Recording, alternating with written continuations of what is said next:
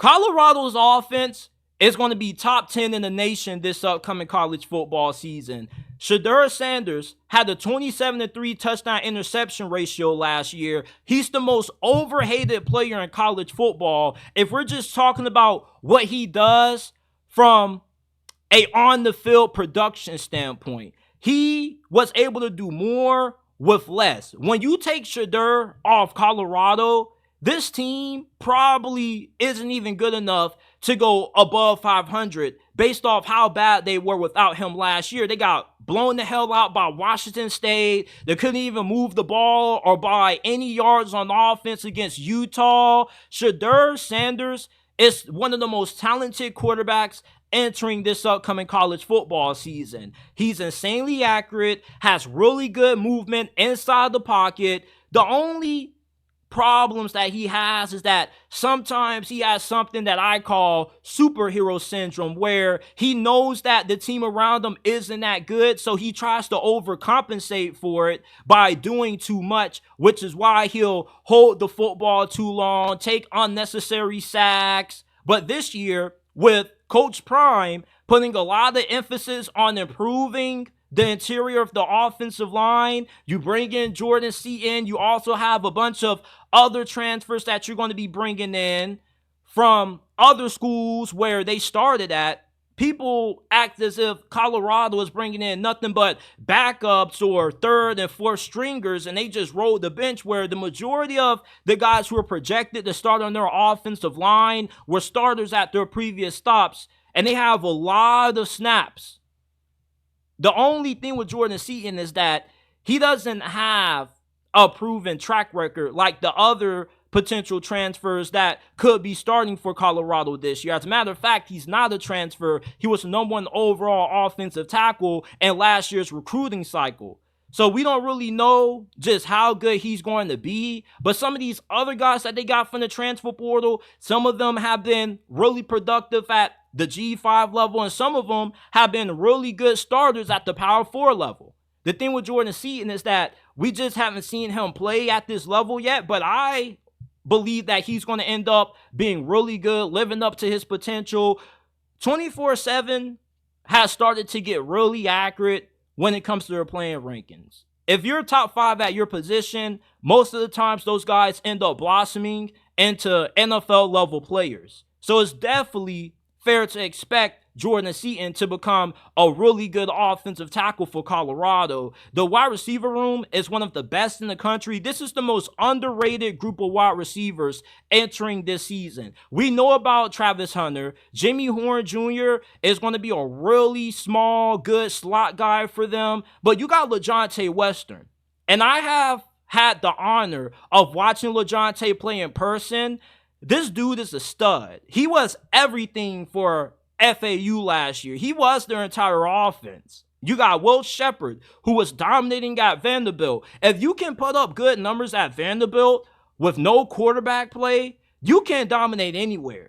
And a lot of you guys should already be familiar with the Marion Miller. He was wearing number 14 last year. He was that wide receiver that when Colorado was getting blown out against USC, he came in and he started going off. Yeah, he's back this year. Everybody's saying how Dion lost a lot of guys who transferred because they didn't want to play for him. Well, Marion Miller was a 4-star recruit coming out of the 2023 recruiting cycle. He actually stayed for another year under Coach Prime. So there's a lot of talent in that wide receiver room. And with the improved offensive line coupled with an improved rushing attack, because you got Dallin Hayden out of the portal, who I believe was the third best running back during this portal cycle, outside of Quinshon Judkins and Damian Martinez. I had Dallin Hayden rated number 3 on my board of best running backs available in this past transfer portal cycle.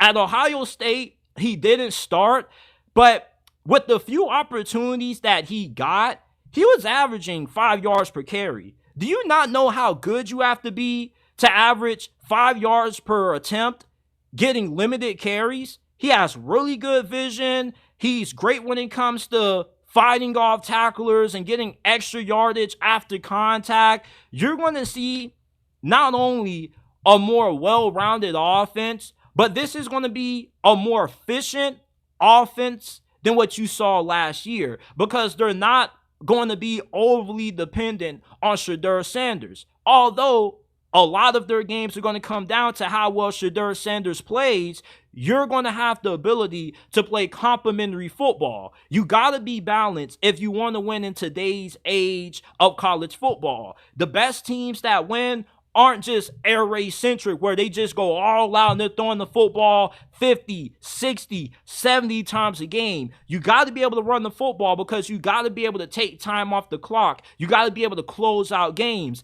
That's why you saw Colorado fold that 10-point lead that they had in the fourth quarter against Arizona last year because they couldn't run the football. That's why you saw them choke that 28, 29-point lead to Stanford because they couldn't take time off the clock and they couldn't manage to have any type of ball control on offense. Now, with the improved rushing attack, you're going to be better when it comes to being able to win these one-possession games because you can hold on to leads. It's hard to hold on to a lead where you're going old school Mike Leach, airing the football out because every time you throw an incompletion, the clock stops and you give the team that you're playing against more opportunities to get back into the ball game versus being able to run the football and keep that clock running. This is going to be one of the most prolific offenses that we see in college football this year. And I really don't understand why so many people are so low on Colorado this year just as a whole. This is a way more improved team than what you saw last year. And I don't get why so many people can't realize that. And what also is really annoying is how everybody's making it seem like Deion went in the portal and got a bunch of backups that weren't good enough at their previous stops when that is far from the case. About around 10, 11 transfers that Deion has from this transfer class have been starters at a Power 4 level.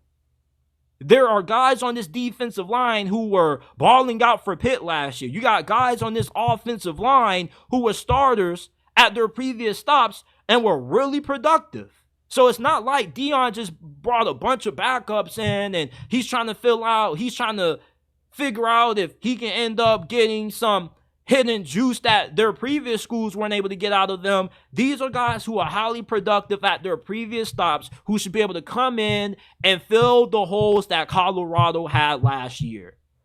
The biggest problem with Colorado is that they weren't good up front. And it's hard to win a lot of games in today's age of football, no matter if you're in the NFL or college football, if you can't win in the trenches. No matter how talented you are at quarterback, no matter how good your wide receivers are, football is still won and lost based on if you can win up front. And Colorado is now going to be able to do that with how improved their revamped offensive line is going to be this year. Expect Shedeur Sanders to put up Heisman-worthy numbers. I could easily see him throwing 38, 40 touchdowns this year, probably around 6, 7 interceptions. This is going to be a really dynamic offense this year that Colorado's going to have down there in Boulder.